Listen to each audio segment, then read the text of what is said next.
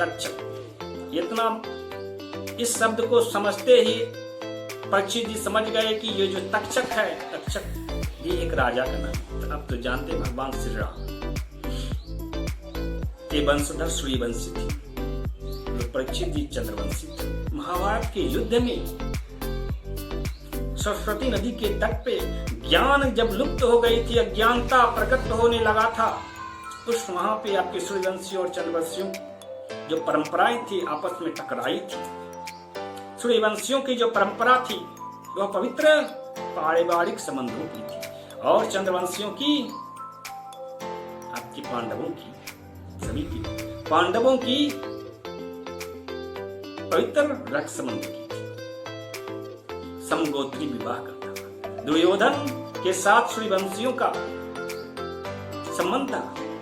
सूर्यवंशी दुर्योधन के पक्ष से लड़ रहे थे। बृहदबल तक्षक का पिता था, तक्षवंशी। उसका राजकाज कहाँ था? उसका राजकाज आप था भूमध्य सागर इतिहास में एट्रुस्कन के रूप में जाने जाते हैं, के अंतर्गत आते हैं। तो वहां पे उनका वास स्थान था। जब परीक्षित जी को पता चला कि मेरे समकालीनों में तक्षक वंशी, तक्षक यानी तक्षवंशी, भरत जी का पुत्र का नाम था तक्ष, तो भरत जी को मिला था पश्चिम का राज्य, पश्चिम दिशा का राज्य, अयोध्या से पश्चिम दिशा का राज्य, तो उन्हीं के वंशधर आपके वहां पर राज करते थे। तो तक्षवंशियों का तपोबल हम पे हावी हो गया है, विरक्ति हो गई, हम इस योग्य नहीं रहे। वो चाहते थे अपने तपोबल को बढ़ा सकते थे या फिर उस तरह का उद्योग कर सकते थे। तो उसी प्रकार के उद्योग करने के लिए आपके वो गंगा के तट पे पहुंच गए, बैराग के भूमि पर पहुंच गए। वहां पे बैरागियों के साथ उनका सत्संग होता है, संत समागम होता है। कहते हैं संतों के पास पहुंचते ही आधे दुखे तो समाप्ति हो जाती है।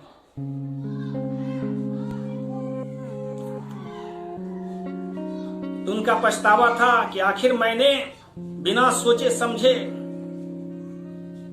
जो परंपराएं, जिन परंपराओं का मैंने पालन करवाया। आप तो जानते हैं उद्धव जी से प्रेरित होकर के परीक्षित जी भगवान श्री कृष्ण की को देवता के रूप में प्रतिष्ठित करने के लिए संपूर्ण विश्व में पैसा उद्योग किए थे। कीर्तिमान वर्ष जीता, हरिवर्ष जीता, भारतवर्ष को जीता, और जिन जिन वर्षों में उन्होंने राज्यों में उन्होंने विजय पताका फहराई, वहां वहां उन्होंने भगवान श्री कृष्ण को आराध्य देव के रूप में एक नई पूजा प्रथा, एक नवीन परंपरा चलाई। तो अवश्य मेरी परंपराओं में कुछ दोष हो गया है, या फिर कुछ ऐसी कुछ कारण अवश्य है। उसका निदान के लिए वो संतों के पास पहुंचे, बैरागी संतों के पास पहुंचे, गंगा के तट पे पहुंचे, उन गंगा तट पे जहां से विश्व बंधुत्व की भावना का प्रचार प्रसार हुआ था, वैदिक उसी जगह पे। तो वहां पे पहुंचे, उन्होंने प्रश्न किया सभी संतों से। वहां पे पहुंचे हुए सभी जो पुरातन कालीन वैदिक युगी जो जितने संत थे, कण्ववंशी थे, धौम्यवंशी थी, विश्वामित्र की कौशिक वंशी थी, वशिष्ठ वंशी थे, पुलह वंशी थी, सभी के उत्तराधिकारी वहां उस संत समागम में उपस्थित थे। तुमसे एक ही प्रश्न पूछा सबों से, सर्वात्मना नियमानिश्च कृत्यं शुद्धं च तत्र मृषताभियुक्ता।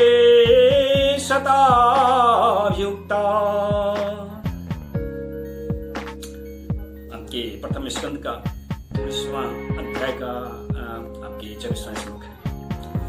सर्वात्मना यानी समाज। समाज कभी मरता नहीं, आत्मा कभी मरती नहीं। अपनी आत्मा तो सर्वात्मना यानी सबकी आत्मा। सबकी आत्मा क्या है? समाज। मेरे मानिश्च मरते हुए के द्वारा, मरते हुए समाज को शुभ ऐसा कौन सा कर्म है जो उसे पवित्र कर दे, उसके सदोषों को समाप्त कर दे? ऐसा कोई अमृत तुल्य कर्म हो तो मुझे बतलाएं। ये ना पूछते हैं हम उन सिद्ध पुरुषों से कि आप समाज को अपनी सिद्धि दे दीजिए, उसी से वो मुक्त हो जाए। एक बार ये कोशिश की, साप प्राप्त हुआ, 7 दिन का तक्षक के द्वारा तुम डसे जाओगे। उसी कोशिश के लिए, उसी विश्रांत मन से गए थे आपके ऋषि के समक्ष की कुछ उपाय बताए, मगर उस समय तो वो ध्यान मग्न थे, उपाय सोच रहे थे। अब जाके पुनः बाकी सभी संतों से पूछते हैं, सर्वात्मना नियमानिश्च कृत्यं शुद्धं च तत्र मृ सदा युक्ता। 100 दोषों को भी अमृत में बदलने वाली वैसी कोई उपाय हो, कर्म हो तो बतलाएं, जिससे हमारी ये जो समाज मर रही है, मरते हुए समाज को जीवन दान प्राप्त हो सके। समाज कब मरता है? समाज का तात्पर्य है समा जायते जियते इति समाज। समय से जो पैदा हुआ है और समय को जो पैदा करता है वो समाज है। और समय क्या है? समाज का संस्कार, समाज की परंपरा, इसी को समय कहते हैं। तो इसी समाज की परंपराओं, ये जो परंपराएं हम लोग निर्वहन करते हैं, सभी की अपनी अपनी परंपराएं हैं, उसके माध्यम से एक परिवेश, एक तपोबल, तपोआकाश का निर्माण होता है। भू आकाश तो है ही, एक चिदाकाश भी होता है, एक चिताकाश भी होता है। तो वह जो आकाश होती है उसी को तप कहते हैं। वो कर्म से प्राप्त होता है, परंपराओं से प्राप्त होता है। तो परंपराओं में अवश्य कोई दोष हो चुका है, जिसके कारण हमारे जो पछियारी भाई हैं वो मुझ पे हावी हो गए। तो उनको बताइए, हमारी परंपराएं लुप्त हो रही हैं, इसको पुनर्जीवित करने का कोई अमृत कर्म है तो हमको समझाइए, ताकि ये जो संस्कार हैं, हमारे जो ये समाज है, समाज के विभिन्न सदस्य जो हैं, लोग हैं, वह हमारी परंपराओं के अनुसार चले, ना कि पश्चिम के परंपरा के अनुसार चले, तक्षवंशियों के परंपरा के अनुसार चले। तो पूछते हैं, सर्वत्र आपके मौन छा जाता है, क्या करें? सभी की अपनी इच्छा है। हमारा संस्कृति जो है बहुदेव उपासक है, सबको छूट है, अपने मन से जो प्रेरणा मिल जाए ईश्वर से उस अनुरूप भज डालो।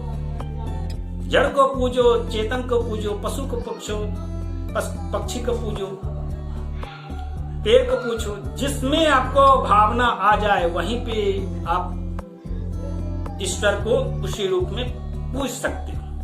ये छूट है।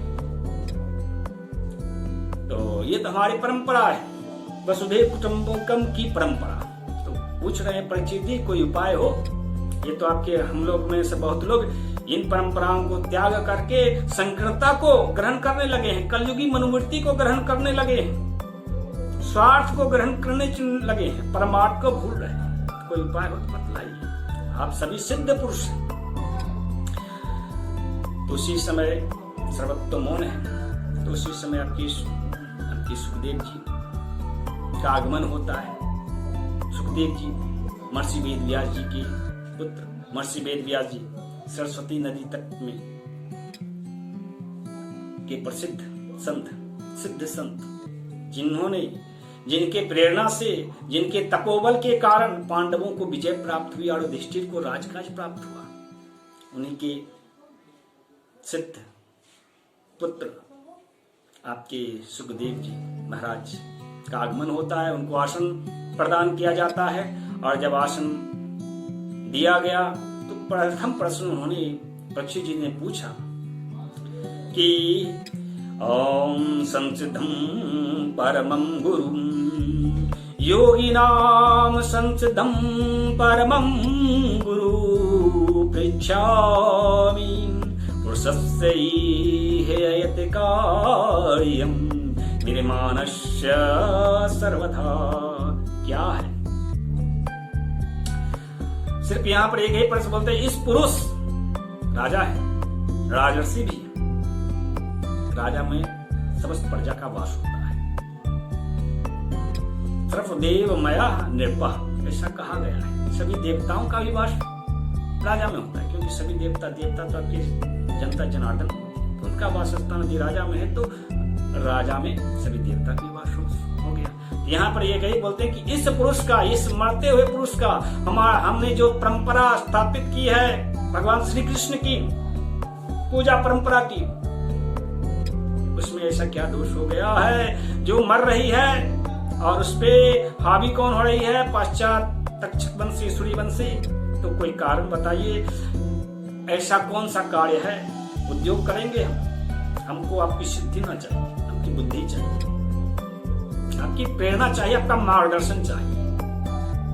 चाहते तो मांग लेते, सिद्ध पुरुष होते थे। सिद्ध पुरुष यानी वही आकाश, वही तपो आकाश में जो प्रतिष्ठित है उसको सिद्ध पुरुष कहते हैं। वो आपके चलंत सिद्ध होते हैं, परिवारजक होते हैं, और जो प्रतिष्ठित होते हैं, प्रसिद्ध व्यक्ति होते हैं, वो अस्थिर सिद्धि होती है। एक जगह अस्थिर हो जाए, आपकी प्रसिद्धि हो जाएगा, दूर दूर तक लोग आपको पहचान जाएंगे। लेकिन जो संत जन होते हैं उनकी सिद्धि उनके साथ चलती है, वो समय के प्रतिरूप होते हैं, काल पुरुष होते हैं। तो काल पुरुष से पूछ रहे हैं आपके परीक्षित जी, हमको बताइए हम ऐसा कौन सा कार्य करें जो हमारी जो परंपराएं विघटित हो रही है, कलयुग जिस पे हावी हो रहा है, उसका हम रक्षा कर सके। ओम हरे